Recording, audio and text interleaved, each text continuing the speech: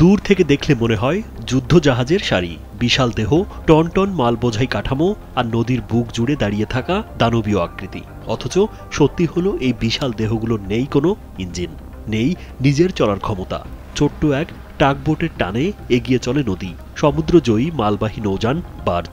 এটার কাজ হচ্ছে মালামাল নেওয়া। এগুলা পার হাউস করলে বিভিন্ন খাতে কেউ এক্সকেভেটর উঠায়, কেউ কেরান উঠায়, কেউ আবার পার হাউসের মাল টানে, তখন যেটাতে লাগে আর। চট্টগ্রামের কর্ণফুলী নদীর তীরে সারি করে দাঁড়িয়ে থাকে শত শত বার্জ, প্রত্যেকটিতে টনকে টন মাল, কিন্তু চলার ক্ষমতা শূন্য। স্যান্ডেলিনা সো, রূপচর্চায় আভিজাত্য।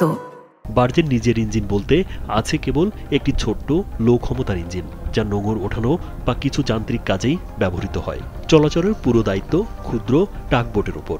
যখন জাহাজ সেলিং হয়, এখানে জরকওয়ালা পড়লে অনেক কষ্ট হয়, রুলিং হয়, এগুলো ত্যাগ স্বীকার করি গন্তব্যস্থানে পৌঁছতে আর কি। এটা আমার নিজে মনে করি ওখানে থাকতে, আমি যে এখানে চলে যাবো বা কোথাও কিছু বা সম্পদ পালাইয়া মালিকের সম্পদ, ওরকম কিছু না, আমাদের জীবন মরণ ওখানে। বার্জের শারিং মাস্টাররা নদীতে যেমন সমুদ্রেও তেমনি যুদ্ধ করে চলেন প্রকৃতির সাথে।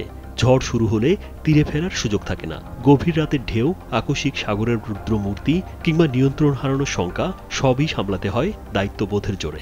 এইগুলাতে টাকা আসা না হইলে নিজেরা অনেক সময় খালি হইলে নিজেদের আইতে নিজেরা কন্ট্রোল করতে হয়। এখন আমার টাক নাই বা ট্রলারও আসে নাই, মালিক অর্ডার করছে এটি নিতে হবে, অমুক জায়গায় সরাই ফেলো, জরিমানা করতে পারো, বন্দর থেকে অনুমতি আসছে, তখন আমরা অ্যাঙ্কারটাকে উঠাই দিয়ে জোয়ারে চলে যাই পিছনের দিকে, আবার বাড়ি করলে হয়তো 5 দিন 10 দিন পরে আসার দরকার হলে আসে, এইভাবে আসে। বার্জে থাকা কয়েক হাজার টন মাল আর বিশাল কাঠামোর সাথে লড়াই করে তারা পার করেন অগণিত রাত। বিপদের মুখোমুখি হয়েই এগোতে হয়, কারণ বার্জে পালানোর কোনো রাস্তা নেই।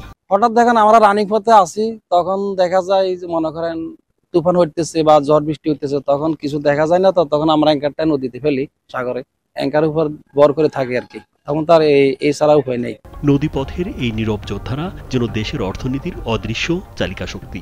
কোনো আলোকিত বন্দরে তাদের নাম নেই, নেই নৌযুদ্ধের পাহাড়, তবুও হাজার হাজার টন মালামাল গন্তব্যে পৌঁছে দেওয়ার দায়িত্ব নিঃশব্দে পালন করে এসব ভাসমান দৈত্য। রাজীব বিশ্বাস, কালবেলা।